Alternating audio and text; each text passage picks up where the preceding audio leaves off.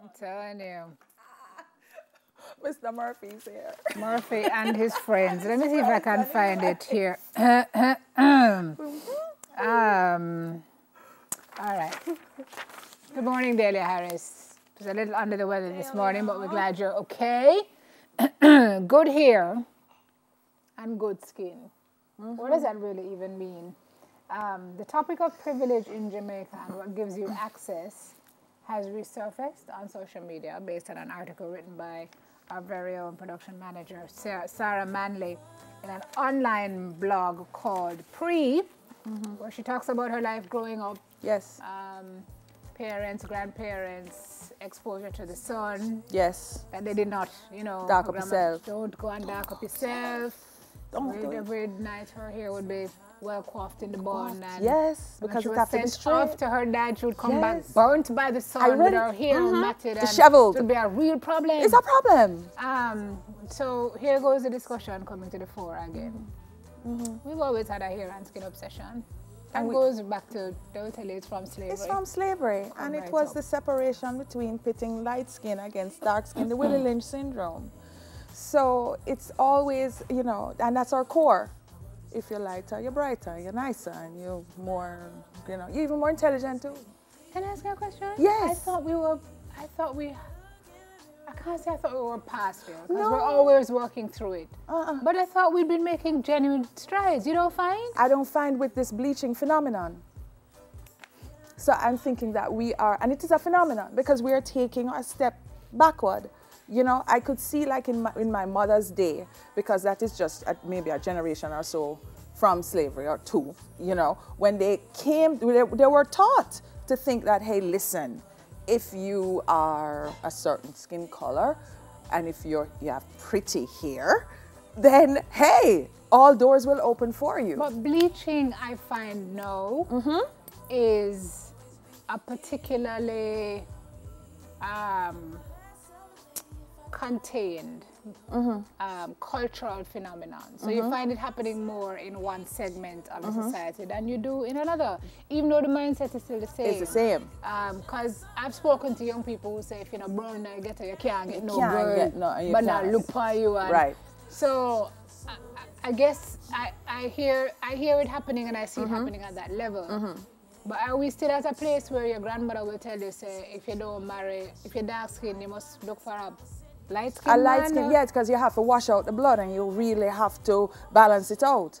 And there was a study the other day that says even the brownings are bleaching too, because now the people who are darker and are catching up, so have to be a lighter toned. It sounds ridiculous, but it is happening.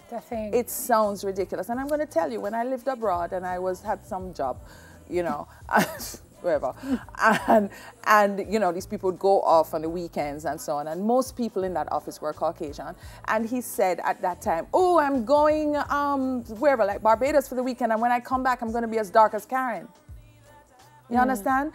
No, if you are a different thing, because here you're Jamaican white. Over there, everything with a tinge. They're tinged. No, here, black. Here now, what we need to understand is we need to love ourselves and where we're coming from and all of that. Here's what I find so amazing. There's a story now about 3 or 4 ladies on the gram.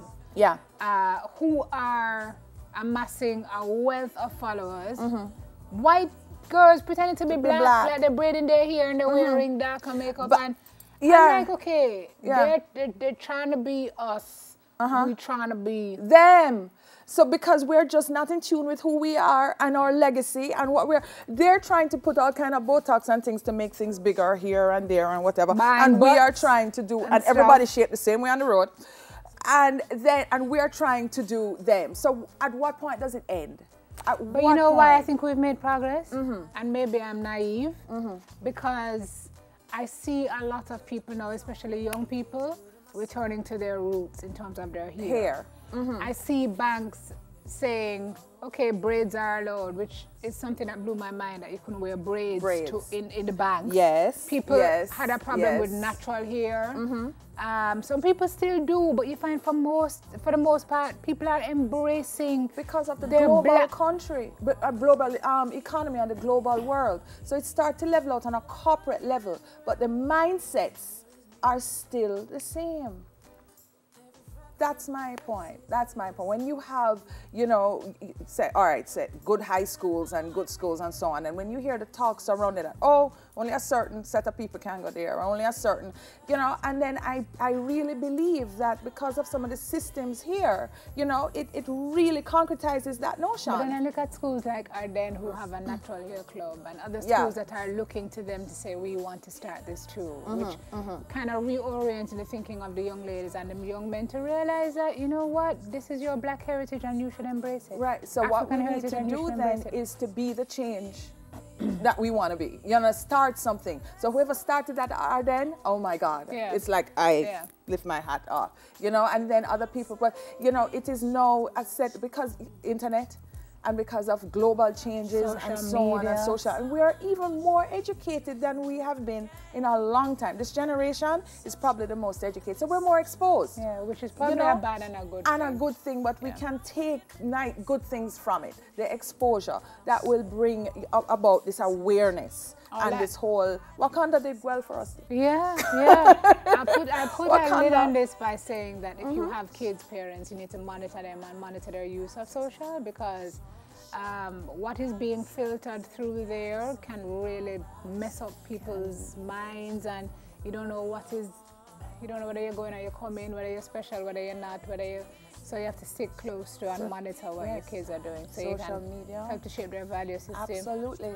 You know, sometimes you hear a song and it's catchy, and when you listen to the lyric of that song, it's like, wait a second now, hold on. This is what I'm even singing the hook too. Yeah. You know what I'm saying? So we really need to be, and to your point, yes, we need to be vigilant.